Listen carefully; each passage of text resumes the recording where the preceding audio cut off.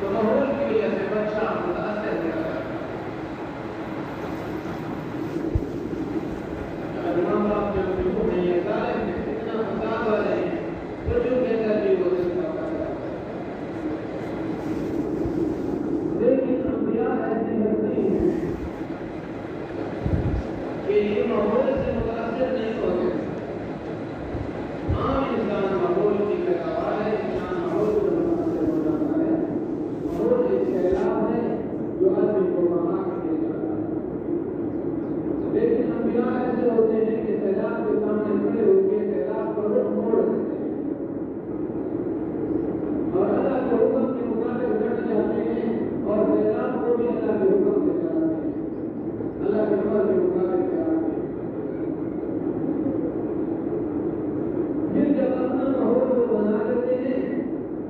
انبیاء تو انبیاء پھر ان کے ادنا شاگرد ان کے جو ماننے والے ہوتے ہیں ان کو بھی اللہ یہ قوت دیتا ہے کہ اشارہ کرنے تو دریا اور سمندر کی قوت دیتے ہیں. تو جب ماحول ایسا تھا ہر طرف شرک ہی شرک تھا, اکیلے ماحول سے ٹکرائے. نبی کریم صلی اللہ علیہ وسلم کا دور میں تھے. آپ حدیثیں پڑھیں قربانی کی بات پڑھیں کتابیں اٹھا کے دیکھیں, عجیب عجیب مسئلے لکھے ہوئے ہیں. ایک حدیث کے اندر آتا ہے کہ چلتے ہوئے جانور سے ٹکڑا کاٹ دیا گیا تو وہ حلال نہیں ہوتا. بندہ حدیث پڑھ کے حیران ہو جاتا ہے. ایک وہ دور تھا کہ اونٹ جا رہا ہوتا, لوگ چوک میں بیٹھے ہوتے تھے, کہتے اس کی کوہان بڑی مزے کی نہیں ہے. بندہ چلا جاتا چھری مار کے زندہ اونٹ کی کوہان کاٹ کے اس کو کھانے لگ جاتا تھا. کوئی کہتے ہیں گائے جا رہے ہیں بہت موٹی, اس کا زیرہ مزے کا ہوگا کلیجی, فوراً اس کے پیٹ کو چیر کے اور کلیجی نکال دیتے. کوئی مر جاتی, کوئی ذلیل ہو جاتی, کوئی اس کے چوڑے کو کاٹ دیتا. نبی علیہ السلام نے اس حال میں آنکھ کھولی, اور نبی علیہ السلام کے جد امجد حضرت ابراہیم علیہ السلام نے, یہ ماحول تھا اور اس ماحول کے سامنے اکیلے ٹکرائے. اور یہ ہمارا عقیدہ ہے کہ پیغمبر جو ہوتے ہیں, سارے نبی جتنے بھی تھے وہ معصوم ہیں. نہ نبوت سے پہلے گناہ ہوتا ہے, نہ نبوت کے بعد ان سے گناہ ہوتا ہے. جتنے بھی انبیاء آئے وہ معصوم ہیں. ان سے کوئی بھول یا لغزش ہوئی, کسی جمعہ میں ان کی تفصیل ہوگی, کسی نبی سے گناہ نہیں ہوا. نہ نبوت سے پہلے ہوا بچپن میں, نہ 40 سال کے بعد پھر ہوا. ساری کائنات کے اندر مخلوق میں انبیاء کی وہ ہستی ہے جو معصوم ہے, باقی کوئی معصوم نہیں ہے. ہاں فرشتوں کو معصوم کہہ دیتے ہیں, لیکن حقیقت کے اندر معصوم کا اطلاق نبی کے اوپر آتا ہے. فرشتے, اللہ نے قرآن مجید کے اندر کیا فرمایا, لا یعصون اللہ ما امرہم ویفعلون ما یؤمرون, کہ اللہ کی نافرمانی نہیں کرتے, جو آرڈر ہوتا ہے وہ کرتے ہیں. نافرمانی کیوں نہیں کرتے, ان کے اندر نافرمانی کا جذبہ ہی نہیں ہے. اللہ نے ان کی سیٹنگ ایسے بنا دی ہے, شہوت نافرمانی گناہ ان کے اندر ہے نہیں. تو اصل میں معصوم انبیاء ہوتے ہیں. ہاں تیسری بات, پھر مجازی طور پہ تشبیہ کے طور پہ چھوٹے بچے کو ہم معصوم کہہ دیتے ہیں. چھوٹے بچے کو معصوم اس لیے کہتے ہیں, یہ مطلب نہیں ہے کہ اس سے گناہ ہوتا نہیں ہے. یہ صرف پیغمبر کی صفت ہے کہ گناہ ان کے اندر وہ خواہشات سب کچھ ہونے کے باوجود اللہ ان کو بچا لیتا ہے. چھوٹے بچے معصوم ہیں, کہتے ہیں معصوم ہیں چھوٹے بچے, مجازی طور پر کہا جاتا ہے, تشبیہ کے طور پر. کیا مطلب, وہ مرفوع القلم ہے, قلم ہے. جب تک بچہ بالغ نہیں ہوتا اس کا گناہ نہیں لکھا جاتا, مرفوع القلم ہے. چوتھی بات, پاگل اور بالکل جو دیوانے ہوتے ہیں, جن کو کھانے پینے کی, سونے کی, اٹھنے کی, اپنے پرائے کی کوئی تمیز نہیں, پاگل دیوانے ملنگ جو پھرتے ہیں, وہ بھی معصوم ہوتے ہیں. معصوم کا مطلب مرفوع القلم ہوتے ہیں, ان کا گناہ لکھا نہیں جاتا, گناہ کرتے ہیں. اس بات کو سمجھو, بچہ کیسے معصوم ہوتا ہے اور نبی کیسے معصوم ہے. آپ کے چھوٹے بچے ہیں, 6 سال کے ہیں, 7 سال کے ہیں, وہ چوری کرے گا, چوری گناہ ہے. 10-11 سال کا بچہ بڑا گناہ کر لے گا, قتل کر دے گا کسی کو, گناہ ہے. ایسے نہیں کہیں گے کہ قتل گناہ نہیں ہے. نشہ کر لے گا, غیبت کر لے گا, چوری کر لے گا. اب چھوٹے بچے کا چوری کرنا گناہ ہے, لیکن اس کا گناہ لکھا نہیں جاتا. جب تک بالغ نہیں ہوا ان کے گناہ لکھے نہیں جاتے, اس لیے ان کو مرفوع القلم کہتے ہیں, ورنہ ان سے گناہ سرزد ہوتے رہتے ہیں. پاگل مرفوع القلم ہے, معصوم ہوتا ہے, اس سے گناہ سرزد ہوتا ہے, لکھا نہیں جاتا. لیکن انبیاء ایسے ہیں کہ ان سے گناہ نہیں ہوتا, بچپن میں بھی نہیں ہوتا اور بڑھاپے میں بھی نہیں ہوتا. کیوں؟ انہوں نے ساری دنیا کو چلانا ہوتا ہے, اگر یہ لوگوں کو دعوت دیں گے اور کہیں گے کہ اللہ کی بات مانو، اللہ سے ڈرو، اس گناہ کو چھوڑ دو، تو لوگ کہیں گے آپ تو اللہ سے نہیں ڈرتے تھے، نعوذ باللہ اگر کوئی غلطی ہوئی ہوگی۔ تو اللہ پہلے سے ان کو شرک اور بدعت سے، شراب سے، ہر چیز سے ان کو بچا لیتا تھا، پاک رکھتا تھا، حتیٰ کہ صغیرہ گناہ سے بھی نبی پاک تھے، کبیرہ گناہ سے بھی سارے انبیاء معصوم ہیں۔ تو جب ماحول دیکھا ابراہیم علیہ السلام نے تو پریشان ہوئے، اب سوچا کہ میں ان کو کیسے سمجھاؤں، دل ان کا اندر سے گڑتا تھا، پریشان ہوتے تھے۔ تو ایک مرتبہ لوگوں کا مجمع تھا، بیٹھے ہوئے تھے، سارے لوگ سامنے تھے، تو ایک ستارے کے اوپر نظر پڑی، تو سوچا لوگوں کو دعوت دے دوں، اب موقع ہے، اور دعوت کے اپنے اپنے اصول ہوتے ہیں، ان طریقوں پہ کی جائے تو بندہ کامیاب ہوتا ہے۔ تو سب سامنے ایک ستارہ نظر آیا، اس کی طرف دیکھا، فلما جن علیہ اللیل رأى کوکبا، جب رات ان کے اوپر چھا گئی، اندھیرا ہو گیا، ایک چمکتا ہوا ستارہ نظر آیا، تو اس کی طرف دیکھنے لگے۔ لوگ بیٹھے ہوئے تھے، سارے خدا کو چھوڑتے، سورج چاند ستاروں کو رب کہتے تھے، تو کہنے لگے قال ھذا ربی، یہ میرا رب ہے۔ ابراہیم علیہ السلام نے کہا، نعوذ باللہ، یہ مطلب نہیں ہے کہ اس کو پتہ نہیں تھا، خوب پتہ تھا، دل میں توحید بھری ہوئی تھی، پہلے بتا چکا ہوں کہ پیدائشی طور پہ نبی پاک ہوتا ہے،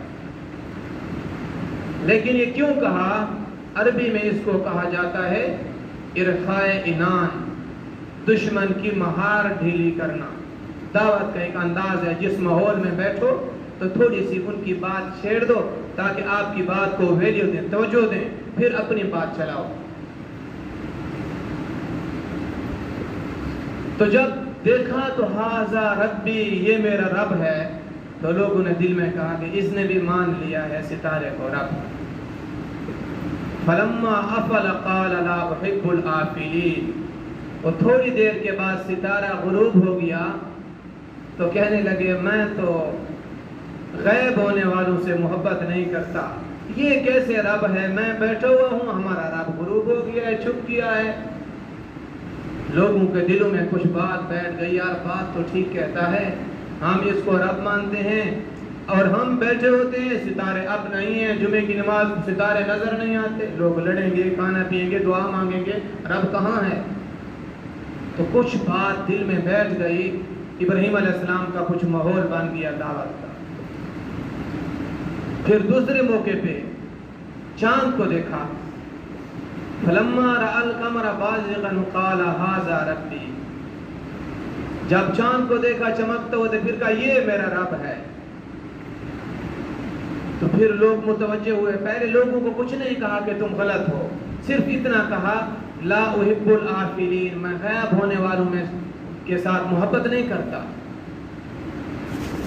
اب چاند کو دیکھا تو لوگ متوجہ کہ اب چاند کو ابراہیم خدا مان لے گا۔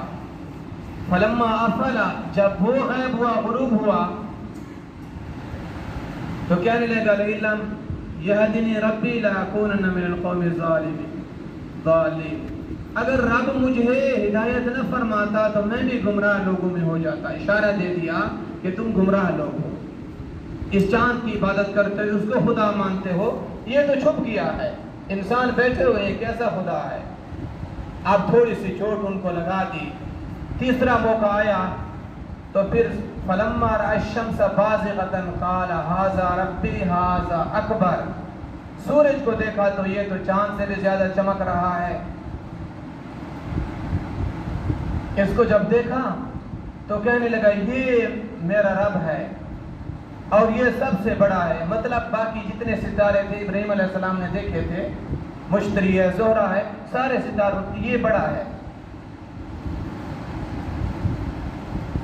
فلما افلت، جب سورج غروب ہو گیا لوگ خوش ہو گئے کہ آج سورج کو رب مان لیا ہے۔ جب سورج غروب ہو گیا، رات ہو گئی، تو کہنے لگے اپنی قوم کو کہ انی بریء مما تشرکون، کہ لوگو تم مشرک لوگ ہو، میں تم سب سے بری ہوں، انی وجہت وجہی الذی فطر السماوات والارض، میں نے اللہ کی طرف رخ کر دیا، آسمان زمینوں کو پیدا کرنے والی ذات ہے جو تم سورج کو رب مانتے ہو، رات ہو جاتی ہے، سورج نظر نہیں آتا، مخلوق کسی کو پکارے گی؟ تو پھر لوگوں کو کہا کہ میں تمہارے بتوں کے ساتھ دیکھوں گا، تم بتوں کو بھی خدا مانتے ہو، ان کے بھی سجدے کرتے ہو۔ دعوت دی، اپنے باپ کو بھی دعوت دی، ما هذه التماثيل التي انتم لها عاكفون، دھرنا دے کے بیٹھ جاتے ہو اپنے بتوں پر، ان کے سامنے سجدے کرتے ہو، منتیں مانتے ہو، یہ کیا تمہاری حاجتیں پوری کر سکتے ہیں؟ تو لوگوں نے جب بات نہ مانی تو کہا کہ میں تمہارے بتوں کے ساتھ پھر دیکھوں گا۔ تو اللہ رب العزت نے جو ان کا امتحان کیا بھی کلمات، یہ پہلا امتحان تھا، اس ماحول کے ساتھ انہوں نے ٹکر لگائی۔ اب دوسرا امتحان، اس کی قوم کا ایک دن میلہ لگتا تھا، تو سارے لوگ میلے کو گئے ہوئے تھے۔ ابراہیم علیہ السلام کو کہا کہ باپ نے کہا آپ بھی میلے پہ آؤ، اس نے کہا انی سقیم، ستارے کی طرف دیکھا، فنظر نظرۃ فی النجوم، فقال انی سقیم، کہا میں بیمار ہوں، مطلب تمہارے ماحول کی وجہ سے میں بے چین ہوں۔ وہ خوش ہو گئے کہ ستارے کو دیکھ کے یہ بھی ہماری طرح کہتا ہے، نجوم والی باتوں کو مانتا ہے۔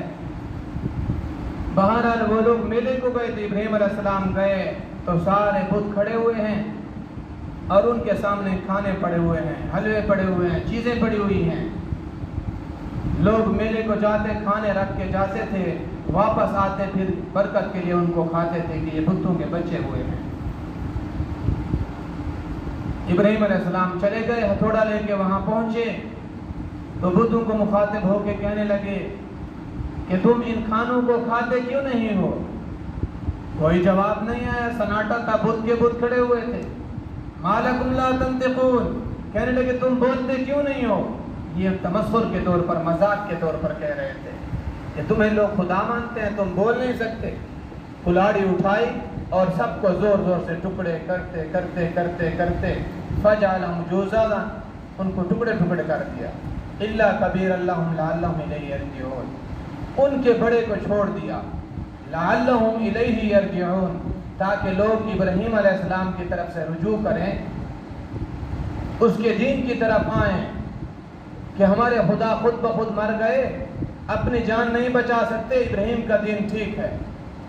دوسری تفسیر یہ ہے کہ الیہ یرجعون، تاکہ لوگ اس بت کی طرف رجوع کریں کہ اس کے کندھے کے اوپر کلہاڑی کھڑی ہوئی ہے، اور لوگ اس سے پوچھیں کہ ان کو کس نے مارا ہے، وہ بولے گا نہیں تو یہ لوگ بتوں سے بیزار ہو جائیں گے۔ جب لوگ آئے تو سارے ٹکڑے ٹکڑے تھے، حق حیران ہو گئے کہ ظالم نے یہ معاملہ کیا ہے۔ تو کہنے لگے فتى يقال له ابراہیم، ایک نوجوان ہے، ابراہیم اس کا نام ہے، اس نے یہ کیا ہوگا، ہمارے بتوں کو برا بھلا کہتا تھا۔ ابراہیم علیہ السلام کو بلایا تو کہا یہ معاملہ ہے، پہنچائے تو کہا قال بل فعلوا كبيرهم هذا فاسألوهم ان كانوا ينطقون، یہ تمہارے بڑے بت نے کیا ہے جس کے کندھے پہ کلاڑی ہے، ان سے پوچھو اگر بولتے ہیں۔ یہ بھی ایک دعوت کا انداز ہے کہ غلط آدمی کو، غلط مذہب والے کو ایسی جگہ پہ روکنا کہ اپنے منہ سے وہ غلطی مان لے۔ تو وہ کہنے لگے ابراہیم سر جھکا کے شرمندہ ہو گئے، تمہیں پتہ ہے کہ یہ بولتے نہیں ہیں۔ اس سے کہا افسوس کی بات، منہ سے مان رہے تو یہ بولتے نہیں ہیں، نہ نفع اور نقصان پہنچا سکتے ہیں۔ اف لکم، تف ہو تمہارے لیے، ہلاکت ہو کہ تم ان کی عبادت کرتے ہو۔ مختصر یہ کہ انہوں نے مقدمہ درج کر دیا کہ اپنے خدا کا بدلہ لینا ہے۔ یہ دوسرا امتحان بڑا امتحان تھا۔ تو بادشاہ کے سامنے پھر پیشی ہوئی، نمرود کے سامنے اس کو پیش کیا گیا۔ اس نے جا کے بادشاہ کو بھی دعوت دے دی، اللہ کی تعریف، اللہ کی صفات بیان کی۔ اس نے کہا تیرا رب کون ہے؟ ابراہیم علیہ السلام نے فرمایا ربی الذی یحیی و یمیت، میرا رب وہ ہے جو زندگی دیتا ہے اور لوگوں کو موت دیتا ہے، میرا رب وہ ہے۔ تو اس بدبخت نے کہا قال انا احیی و امیت، میں بھی زندہ کر سکتا ہوں، میں بھی مار سکتا ہوں، میرے ہاتھ میں بھی موت اور زندگی ہے۔ تو اس نے کیا کیا؟ 4 آدمیوں کو جیل کے اندر ڈال دیا اور 2 کو بھوکا باندھ دیا، پانی وغیرہ کچھ نہیں دیا، بھوک کی وجہ سے کھڑے مر گئے ہو، اور 2 جو تھے ان کو روٹی اور کھانا دیتے رہے، وہ بچ گئے۔ تو اس بیوقوف نے کہا دیکھو 2 مر گئے، موت میرے ہاتھ میں ہے، اور 2 بچ گئے، میں نے ان کو بچا لیا ہے۔ ان کی تو پہلے سے زندگی تھی، کھانا دیتے رہے، بچ گئے، میں آپ کو شام کا کھانا دے دوں، میں نے آپ کو زندگی دے دی ہے۔ ابراہیم علیہ السلام نے سوچا کوئی اور دلیل تو یہ نہیں سمجھتا، موٹی بات بتاؤں۔ اس نے کہا کہ میرا رب روزانہ مشرق سے سورج کو طلوع کرتا ہے اور مغرب میں غروب کرتا ہے، فاتی بہا من المغرب، اگر تو رب ہے تو سورج کو ایک دن مغرب کی طرف سے، قبلے کی طرف سے نکال کے دکھا۔ فبہت الذی کفر، وہ حیران رہ گیا اور لاجواب رہ گیا، کوئی اس کے پاس جواب نہیں تھا۔ یہ دوسرا امتحان تھا بکلمات، اللہ نے جو ابراہیم علیہ السلام سے امتحان لیے۔ مختصر یہ لوگ اکٹھے ہو گئے اور کوئی راستہ نہیں تھا کہ اپنے خداؤں کا بدلہ لیتے ہیں۔ جب بندہ گمراہ ہو جاتا ہے تو عقل کی مت ماری جاتی ہے۔ خدا کا بدلہ انسان لے رہے ہیں، مخلوق لے رہی ہے۔ اب کیا کیا جائے؟ کہا کہ لکڑیاں جمع کر دو اور خوب آگ جلائیں، ابراہیم علیہ السلام کو آگ کے اندر پھینک دیں گے، اپنے خداؤں کا بدلہ لے لیں گے۔ تو مہینے تک آگ جلاتے رہے، ثواب کی نیت سے جلاتے رہے۔ کوئی عورتیں بیمار ہوتی، نظر مانتی تھی میں ٹھیک ہو گئی تو لکڑیاں جمع کروں گی چندے کی، ابراہیم علیہ السلام کو آگ میں ڈالیں گے، خدا کا بدلہ لیں گے، ثواب کی نیت سے منتے مان کے کہ اپنے خداؤں کا بدلہ لے رہے ہیں۔ آگ جلائی گئی، پھر پھینکیں گے کیسے؟ تو شیطان بدبخت آیا اور اس نے کہا کہ منجنیق کے اندر ڈال کر، پہلے چیز ہوتی تھی جنگ کے موقع پہ اس کے اوپر پتھر اندر ڈال کے دور پھینکتے تھے، جیسے چھوٹے بچے چھوٹی چیز ہاتھ میں بنا کے ایسے پتھر کو پھینکتے ہیں، ربڑ والی چیز کو۔ ابراہیم علیہ السلام کو منجنیق میں بیٹھا کے ایسے گھمایا اور پھینک دیا آگ کے اندر، کپڑے بھی ان کے اتار دیے گئے۔ وہاں جب پھینکا جا رہا تھا تو سب سے پہلے جبرائیل آ گئے، ابراہیم آرڈر ہو، میں مدد کے لیے تیار ہوں۔ ابراہیم علیہ السلام نے فرمایا لا حاجت لی، مجھے تیری کوئی حاجت نہیں ہے۔ تو فرمایا اچھا ایسا کر لو، رب سے دعا مانگ لو، اللہ بچا لے۔ فرشتے حیران، دہکتی ہوئی آگ کے اندر انسان کو اور کپڑے اتار کے پھینکا جا رہا ہے، ایسا تاریخ میں کوئی امتحان نہیں آیا تھا۔ کہا خدا سے دعا مانگ لو، کہا میں اللہ سے دعا مانگوں، اللہ خود دیکھ رہا ہے، جو کچھ ہو رہا ہے وہ دیکھ رہا ہے۔ پانی کا فرشتہ آ گیا، آرڈر دے دو ساری بارش برسا دوں، کہا نہیں کوئی ضرورت نہیں۔ ہوا کا فرشتہ آ گیا، آگ کو ختم کر دوں، کہا کوئی ضرورت نہیں۔ یہ توحید تھی، کسی سے مخلوق سے امداد کی تمام دل میں بھی نہیں تھی، نہ زبان پہ تھی۔ جب پھینکا اس کو حسبی اللہ پڑھتے ہوئے گئے، ونعم الوکیل۔ جب آگ کے اندر گئے، فضا میں پہنچے منجنیق کے ذریعے، اللہ کا حکم ہو گیا آگ کو، قلنا یا نار کونی بردا، اے آگ ٹھنڈی ہو جا۔ مفسرین لکھتے ہیں آگے اللہ نے جلدی فرمایا بردوں و سلاما، سلامتی والی بن جا۔ اگر بردن سے فرما دیتے ساری آگ برف کی طرح ٹھنڈی بن جاتی، ٹھنڈک کی وجہ سے ابراہیم علیہ السلام فوت ہو جاتے۔ فرمایا ٹھنڈی بن، اتنی ٹھنڈی نہ بن کہ ٹھنڈک کی وجہ سے وہ مر جائے، سلامتی والی بن جا۔ ابراہیم علیہ السلام وہاں پہنچے، جو ہتھکڑیاں لگی ہوئی تھی، زنجیر بندھے ہوئے تھے آگ کے اندر، وہ راکھ بن کے ختم ہو گئے اور جان ساری محفوظ تھی۔ بردوں و سلام علی ابراہیم، زنجیروں کے لیے تو نہیں کہا سلامتی والی بن جا، ابراہیم کی جان کے لیے کہا اس کی جان صحیح سلامت۔ کافی آگ کے اندر بیٹھے بیٹھے آخر میں نمرود نے کہا آپ اپنے تخت کے اوپر بیٹھ کے دیکھتے ہیں، اب تو وہ کولے کولے ہو چکا ہوگا۔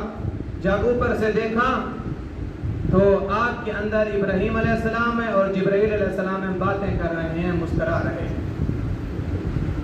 وہاں سے کہا کہ تیرا رب کتنا اچھا ہے جس کو تو مانتا ہے، میں 4000 گائیں تیرے رب کے نام پہ قربان کروں گا، کیا تم نکل سکتے ہو؟ ابراہیم علیہ السلام نے فرمایا ہاں۔ کہا آؤ۔ ابراہیم علیہ السلام چلتے چلتے آگ سے نکل آئے، راستے میں بھی آگ نے نہیں جلایا۔ کہا کہ تم جتنی گائیں بھی ذبح کر لو، جب تک تو ایمان نہیں لے آتا تیری گائیں قبول نہیں ہیں۔ بہرحال اس نے قربان کر دی تھی، ایمان تو نہیں لایا۔ یہ دوسرا بڑا امتحان تھا۔ اس کے بعد تیسرا امتحان کے خوب دعوت دیتے رہے، کوئی دعوت جب نہ مانا تو پھر ہجرت کر کے گئے۔ عراق کا علاقہ تھا، یہاں ہجرت کر کے گئے اپنے باپ دادے کے علاقے سے، چلتے چلتے فلسطین و مصر آخر میں پہنچ گئے۔ 2 بندے مسلمان ہوئے، ایک ان کی گھر والی تھی حضرت سارہ، حضرت حاجرہ کا تو اس ٹائم نام نشان بھی نہیں تھا، اور ان کے دوسرے بیٹے ہارون کے بیٹے تھے حضرت لوط علیہ السلام، یہ ان کے بھتیجے تھے۔ وہ اپنے چچے کے اوپر ابراہیم علیہ السلام کے اوپر ایمان لے آئے۔ یہ 2 مسلمان تھے، ہجرت کر کے پھر گئے چلتے چلتے۔ راستے میں گئے تو ایک ظالم بادشاہ رہتا تھا، اور وہ کسی دین کا پابند تھا۔ ان کے نزدیک بہن کی بہت قدر تھی، اگر بہن بھائی اکٹھے ہوتے تو بھائی کے سامنے بہن کی بے عزتی وہ نہیں کرتے، باقی عورتوں سے وہ دست درازی کرتا اور ظلم کرتا تھا۔ ابراہیم علیہ السلام وہاں پہنچے تو اس ظالم بادشاہ کو دیکھا تو سمجھ گئے کہ یہ ظلم کرے گا۔ حضرت سارہ کو کہا کہ آپ سے پوچھے تو اس کی کون ہے تو تو کہنا میں اس کی بہن ہوں۔ مطلب اسلامی طور پہ ہم سارے بہن بھائی ہیں، آپ جتنے ہو میرے بھائی ہو، عورتیں جتنی ہیں بہنیں ہیں اسلامی حساب سے۔ کہا کہ اس کو کہہ دینا کہ میں اس کی بہن ہوں۔